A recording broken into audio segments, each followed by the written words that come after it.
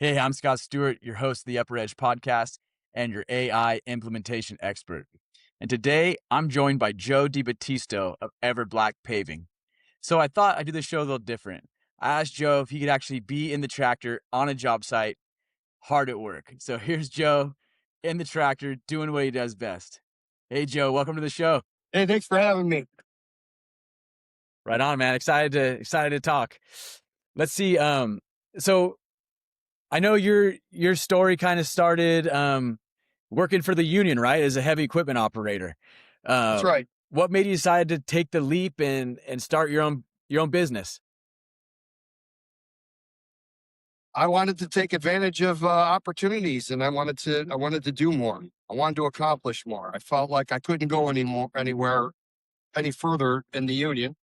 I went to the highest level I could. I became uh, uh, I got my crane license in the union. I was an unrestricted class crane operator, and there was nowhere to go from there. And I wanted to do more, so I started to do jobs on the side. Started to get guys to help me, and I was still out working. I was in the equipment working for somebody else, and would have a couple of guys out doing some small jobs. And it just continued to grow from there. Wow, that's amazing. What gave you that that courage to grow? What was inspiring you?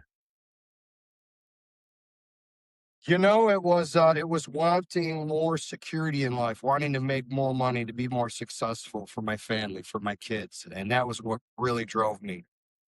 My family, getting married and having kids. I wanted to be able to do more than just for myself. And the only way I could do that was to expand and to try to get into business for myself. I was already at the top of doing That's what I incredible, man. could. That's incredible. Was that a scary leap? Or did Yeah, you it know was it was going to super work well? scary. No, I didn't know anything. I had no idea. And I still don't know. There's no guarantees in life. And this is a seasonal business. So you go from doing nothing all winter to 100 miles an hour as soon as spring hits. You get no phone calls for 4 or 5 months. And then all of a sudden you get 120, 150 phone calls a week, just like somebody flicking on a Wow. light switch as soon as the weather changes. So it's a lot, Wow. but it's always still scary. There's no work is guaranteed. I'm still surprised every year that we get more and more work, but we do. I guess just showing up on Yeah. time and doing a good job. So how do you handle that volume when it comes in at an unexpected spike like that? I know you have your own crew and then you contract as well, but how do you manage all that? It's tough. It's tough because I never say no. I don't like to let people down, especially my customers or my existing customers. I don't like to tell them no. If they ask me for something, I try to figure out a way to, help them with it. And it does become stressful because it's more than what I can do on my own. But luckily, I have a good network of people that I do business with. And so there's a lot of help when I need it. And I help them when they need it. So we'll work together on projects. We'll do certain parts of projects for each other, whatever it takes for everybody to keep working. So Hire it's a more people network, if we right? need Yeah. to. It's a network. You guys help each other out, have each other's backs. Absolutely. So where are most of your customers coming from today? Where do those come from? Where do those leads come in from? So I'm very fortunate that the customers that I have, I do a lot of repeat business. They have multiple properties, and every year those properties need maintenance. And so I've got a really great group of customers, commercial customers. Residential customers are great, but it's usually a one and done sale. There's no repeat business. The best I could hope for is to either get a referral or maybe a review. Because with the commercial customers, they can only leave one review. They can't leave multiple. And Yeah. but on the plus side is they have multiple properties, and every year they're going to need maintenance. They're going to need upkeep. So sometimes I'll just get a list of bunch of properties with instructions on what to do with each one. Depends on the customer. Sometimes the customer will ask me to go out, evaluate, and ask how much work we could do within a certain budget. Or they'll give me a timeline of when they want to complete certain work, and I'll try to phase it out. But basically, whatever the commercial customer wants, I'm there to help them with, and I never say no, and that's why we keep growing. Yeah. That's amazing. How do you attract those commercial customers? What's your Well, mechanism for that? when I first started out, I used to bang on doors. I used to keep calling and calling until I got the guy that was in charge of, maintaining the parking lot. And then once I would finally make that connection, I would take really good care of them. I would make sure I did what I said I was going to do. If I was going to be there on Tuesday, I made sure I was there on a Tuesday. Um, and because of that, being able to take care of them and take care of their needs, they'd call me back for more work. Now, in more recently years, I've already got a good customer base. And so I don't need to go pound on doors and make a bunch of cold calls. I have a group of customers that look for me every year. The new customers that we get beyond that are people who find us either through social media or through Google and find our presence online, and then they become a new customer. But I've got enough presence out there now. They find me. I don't have to go find them when I was unknown and I didn't have any, contacts or any That's way to great, get in. right? So marketing is not a challenge for you. You got plenty of business. Plenty, but I could always use more. I Yeah. still want more. It's never enough. I still want more. I still want to grow and get That's a bigger. I great still problem want to to have. Yeah. I want to expand my network. I want to have more, partners that I work with to do more work. Because again, I don't like to say no. I don't want to disappoint anybody. Somebody calls me and asks for Yeah. an estimate, regardless of what it is, I'm going to try to figure out how to do it for them. Get the job done, right?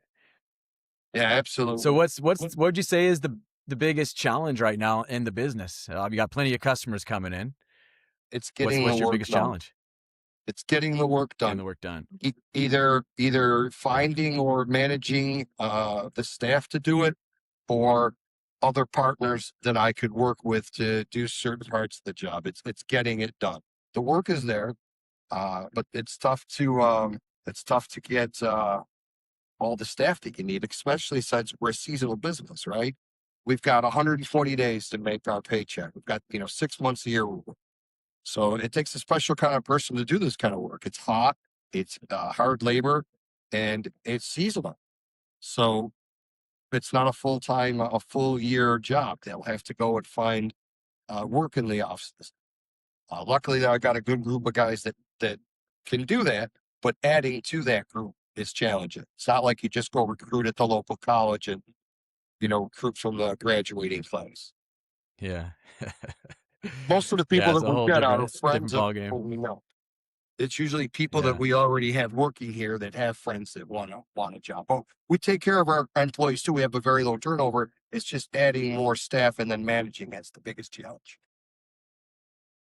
Yeah. So, I mean, last time we talked, you mentioned that you were considering kind of branching out and being more of a nationwide company. And now that you tell me more about the seasonal kind of restraints that you have being in your area, I totally get it. Right? If you got operating in California or places in the West, you can operate year round realistically. That's the key to finding good partners that we can work with, that we can find a job that might be out of our service area, and then have them, get it done for us. As long as they can meet our expectations or our customer expectations or our customers' expectations, that's what's most important. That's usually not too hard to find. Uh, we only surround ourselves with good people. So if I'm already Yeah. considering to work with somebody, they're a good person, I know I can count on them. Yeah, definitely you gotta have that relationship built before you start trusting people to put speak for your name, right? Yeah, because you still have to oversee them, making sure that they're doing what needs to be done. So somebody needs to oversee that work that they're doing. You can't just send it out and hope for the best. That's not going to work. Yeah. I mean, you've been operating this business for over 20 years, right? Since 2002 was when I officially started. A couple years before that's when I left the union and started working on my own.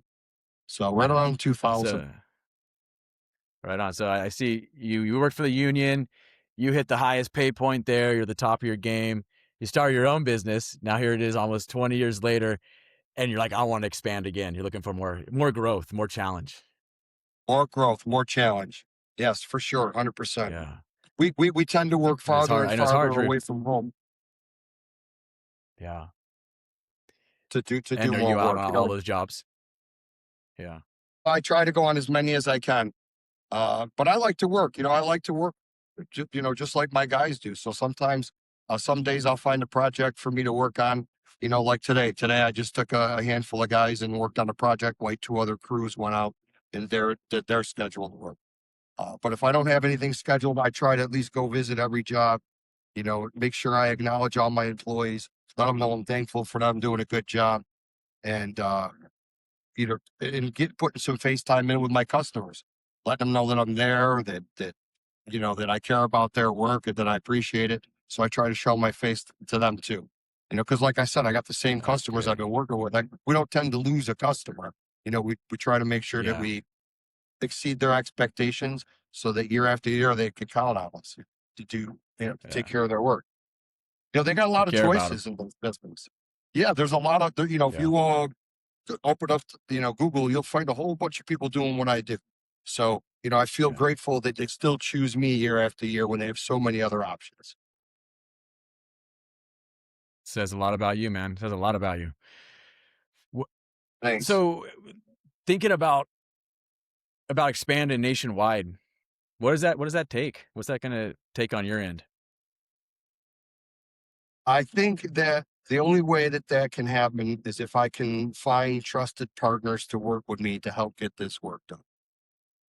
People in other locations, contractors in other locations that, share the same work ethic and you can produce the same results as if I was there. Because I can't accept anybody less. I can't have some fly by night company because all it takes is, a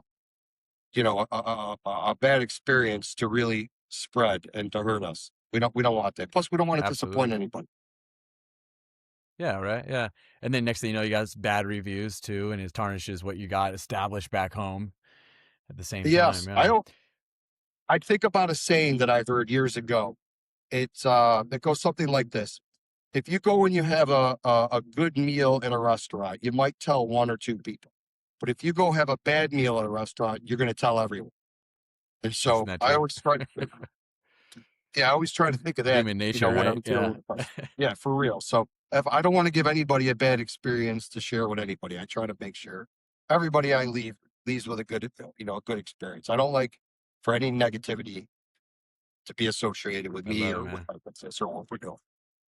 Only I good love that. things, It's a great positive things. philosophy. Yeah, I got a positive mental attitude. What have you been making those contacts? Have you been reaching out to people outside of your area in different states and trying to build those relationships?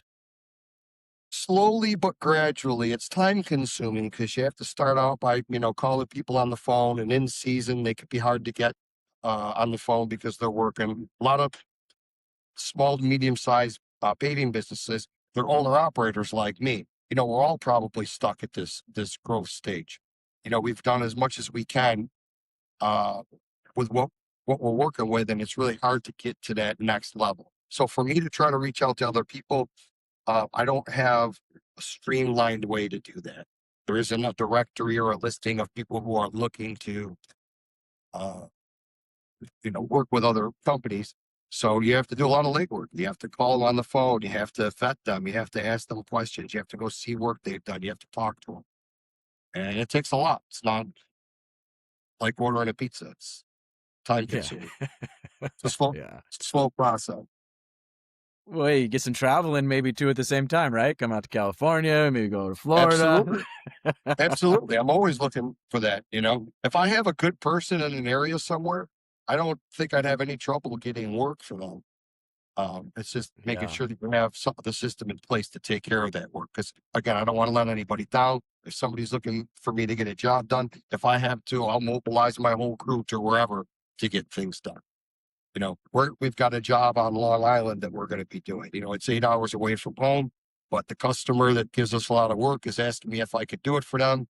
I don't trust anybody else to do it. So we're going to bring the whole crew and we're going to get Be there. hotel rooms and we're going to stay there for a week and get the job done. It's not the first time we've done that. We've gone to Maryland, we've gone to Pennsylvania. It seems that a lot of my customers have properties not just here locally, but also out of state. Yeah. So How do you so you how do you balance all that? You got your home life, you got your family, you got your work. you got to have a How do you little make time time for to keep yourself. everything? You got to have a Yeah, little there's that. time for yourself. You got to find, even if it's just an hour or two in the morning, getting up early before everybody else and just clearing your head and try to get organized. But you have to have a little bit of time for yourself because you can't give every bit of yourself to everybody. You can give a lot of it, but Yeah. you have to have a few minutes where you have to shut your phone off, sit in the backyard, enjoy the sun for a minute. And that's really Yeah. what you have to do to reset. Got it. Yeah, I can't agree more, man. Can't agree more. What's is there any books you've read, about entrepreneurship or business that have been really helpful to you? Yeah, it's funny that you asked that. The first book that sticks in my mind is Tim Ferriss's The 4 Hour Work Week. And I don't know Yeah, if you ever heard of that book, but uh, I it's probably have. about 12, 14 years old now, that book. Uh, but it basically touched on the premise of how you can outsource certain parts of your daily activities or routine to free up more time to do what you want to do. That's the name 4 Hour Work Week. And I learned a lot from that book. We one of the things that's different from us is we don't even have an office anymore. Since COVID, we got rid of the office. We don't have a secretary anymore. Everything is outsourced and everybody works from home. So our bookkeeping is handled by, you know, three different people. One of them's in Palm Beach, Florida. Another one's in Boston, Massachusetts. And another one lives on the side of a mountain in Virginia. And these three people, have been working with me for over 10 years. I've never met them face to face, but I've talked to them on the phone, almost on a, definitely on a weekly basis, but almost on a daily basis. Uh, we've got the bookkeeping, the accounting is all outsourced. Uh, and all of us, we utilize software to communicate. Like all my guys, they use an app to punch in to see where their jobs are, uh, to see what their schedule is for the week, uh, to see their paycheck. Everybody's on direct deposit. There's no paper and pencil here. Nobody gets a paper check. They're all direct deposit. Nobody gets handed a work order on a pen and paper. Everything is done on their phone. So That's that's great. And helped you were us. managing all that by yourself before. Oh my gosh, with Google Maps and clipboards and paper Jeez, everywhere.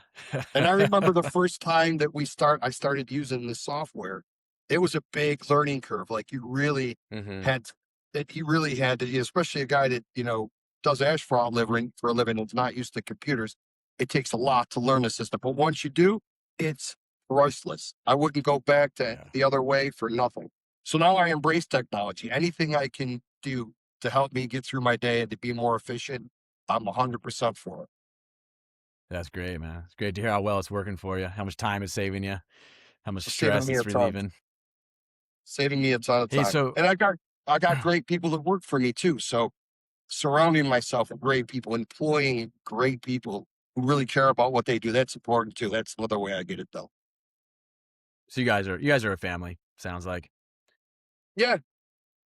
Yeah. We have cookouts Sure. probably twice a month. We've got a picnic table and a grill in the shop, and about twice a month we'll pull it out on a Friday. And these guys will have a huge cookout. Some of the guys will bring their own music and uh they have their friends come. We have, a heck of a party a couple times a month just to kind of bring everybody together and let these guys know that, sometimes I may, uh, hold them accountable a little too much, but I appreciate what they do too. So I like for them to see the more happy side of me, the Yeah. fun side of me, instead of just all business.